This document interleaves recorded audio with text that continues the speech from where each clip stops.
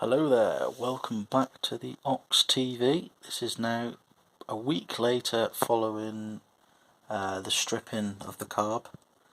So, as I said, I was going to get a carb kit, and there it is. It's come from Germany, as you can tell.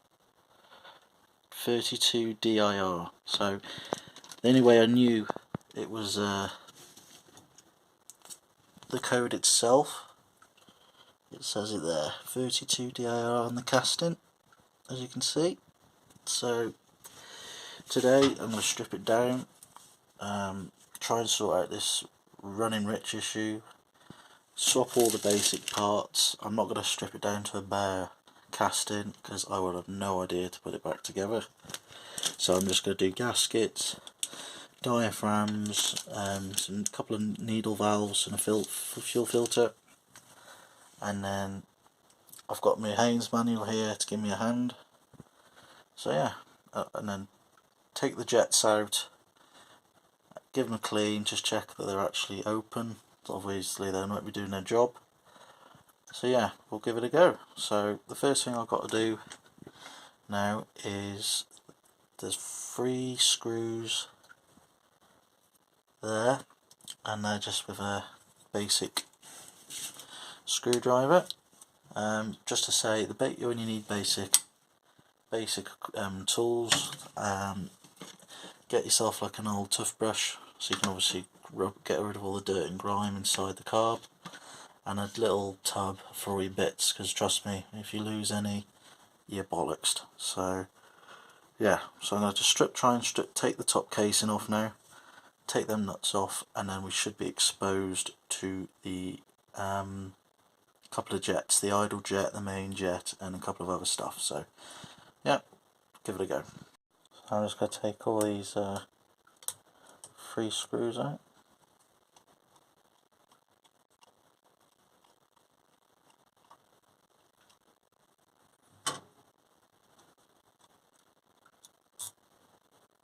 Don't forget the washer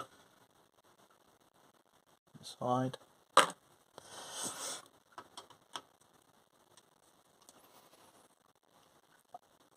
So you don't have to go too tight and hard on them because they're brass nuts and screws in the carb. So obviously you just need to. They're quite a soft metal, so you got to be careful.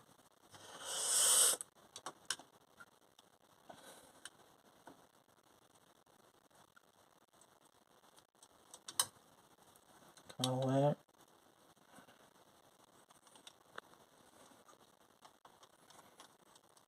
That's it.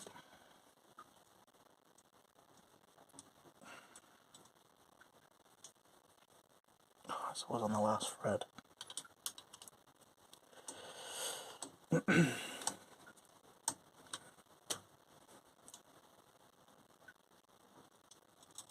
we go. Alright, so this should be all a bit wobbly now. Yeah. So let me just try to split this open and I'll show you what's next. I just want to quickly point out, to take the top cover off, there was 2 extra screws there, and then there's a, for the choke throttle, there's 1 nut there, and then there's like a little split pin there. So yeah, I just got to quickly do that. Right, so a bit after a lot of fettling, I finally split it.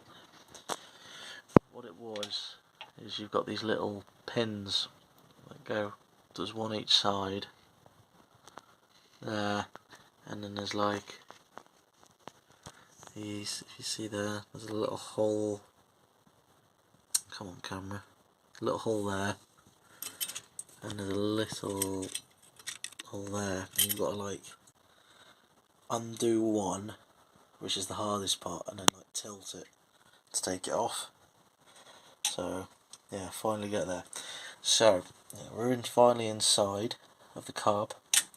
These are your venturis, and what they are is they suck the vacuum of the air into the carb, and then obviously you've got these little jets with the fuel. I've just now got to work out which one is my idle jet. So obviously when the car's sitting idle, and an idle jet as well,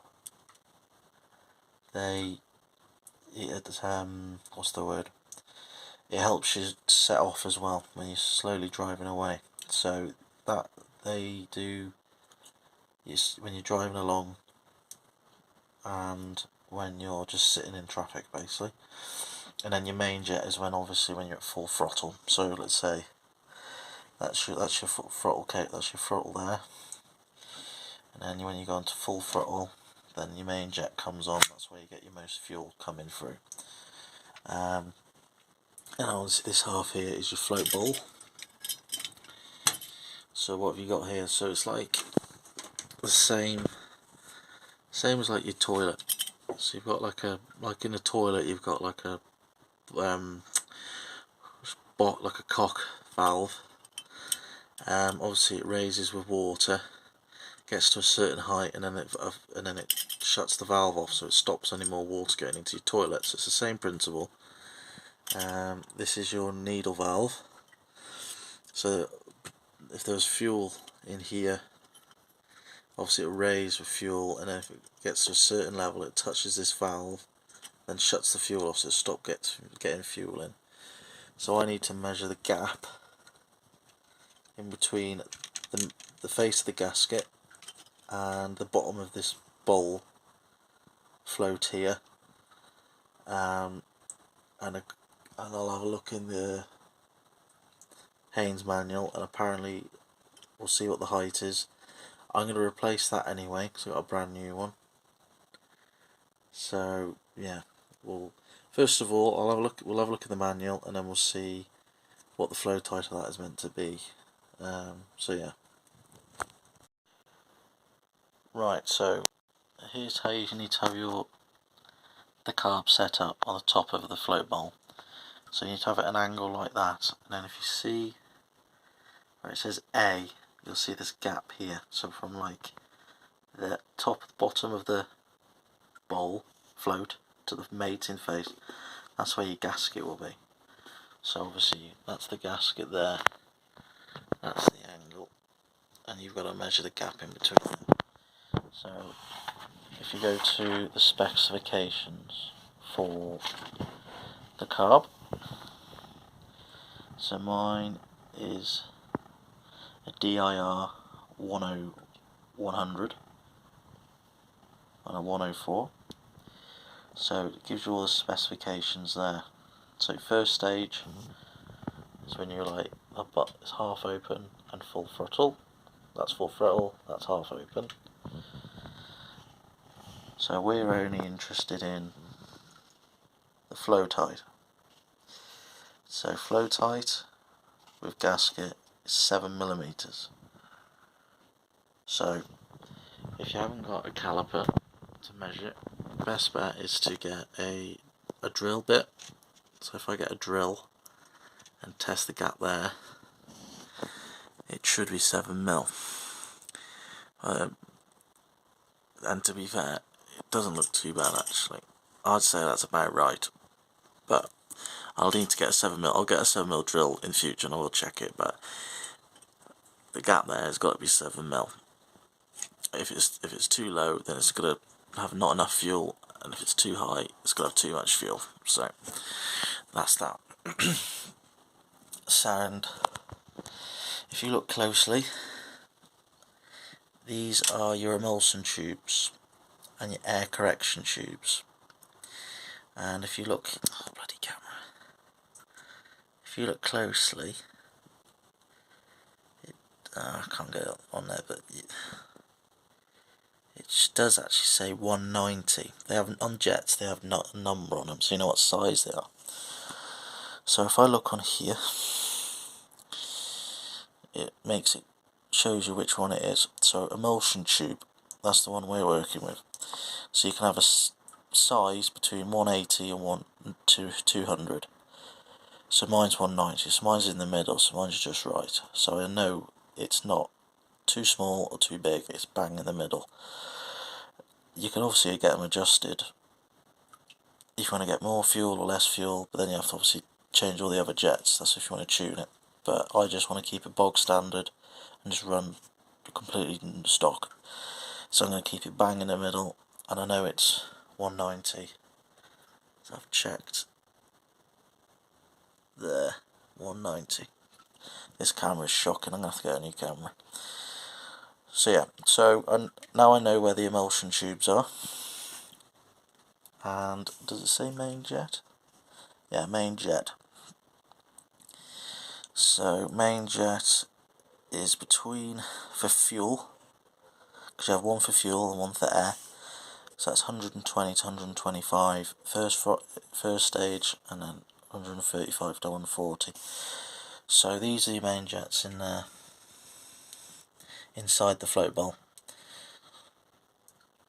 which makes sense really, because obviously this is going to be full of fuel. Once it gets to a certain height, it'll shut off the valve, and then it's going to squirt petrol into the venturis, no, into the emulsion tube, sorry, in there, and that's when you get your air and your fuel atomising, goes into the car, bang, get a spark. So yeah, so what I'm going to do now is I'm going to take all the jets out one by one, so I don't get mixed up, clean them out with some carb cleaner, spray the bowl with some carb cleaner. I've got a toothbrush, get an old toothbrush and give it a good once over, so fingers crossed.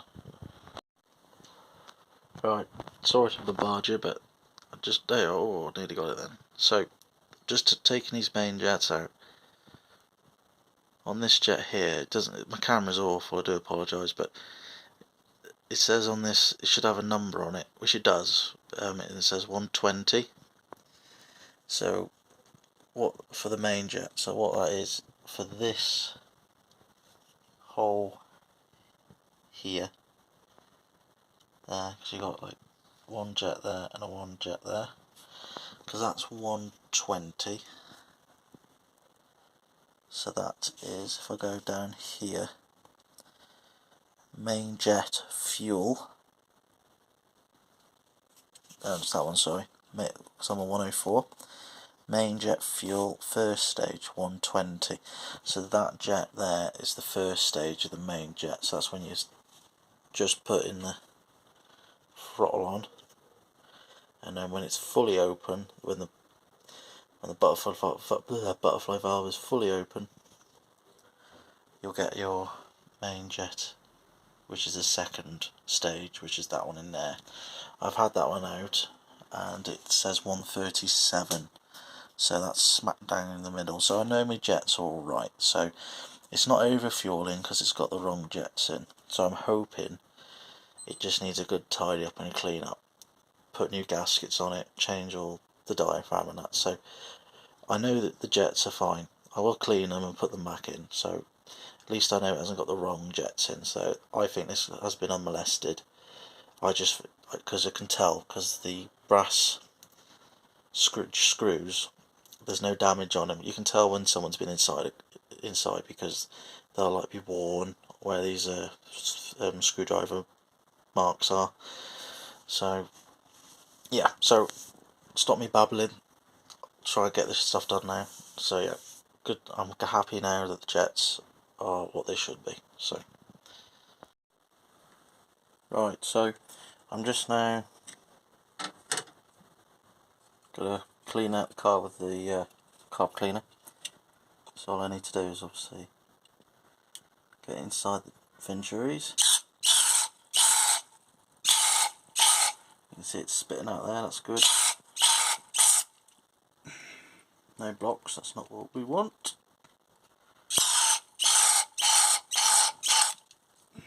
Lovely jubbly. And then obviously just a couple of blocks. Find any hole you can. So that's coming out fine. And then your main jets. Yeah. So yeah, just gotta keep cleaning it all out, and then I'll change all the gaskets there. Also, while it's here, this is the the fuel mixture screw. So if I've put it all the way in. Now what it says from factory is to set your mixture, do it so it's tight, wound it in tight, and then we'll do it 1.5 turns. So that's half, one, and then another half. And then obviously you'll have to play with it when the car's running, because it might affect the idle, so you have to adjust the idle screw to your mixture, and then obviously just check if it's running okay, and then obviously want to get rid of the black smoke, so that's what we'll have to do. Right, so I've now took this top cover off. As you know, I've took the float bowl out with a pin. Leave that as it is because I think the height's okay.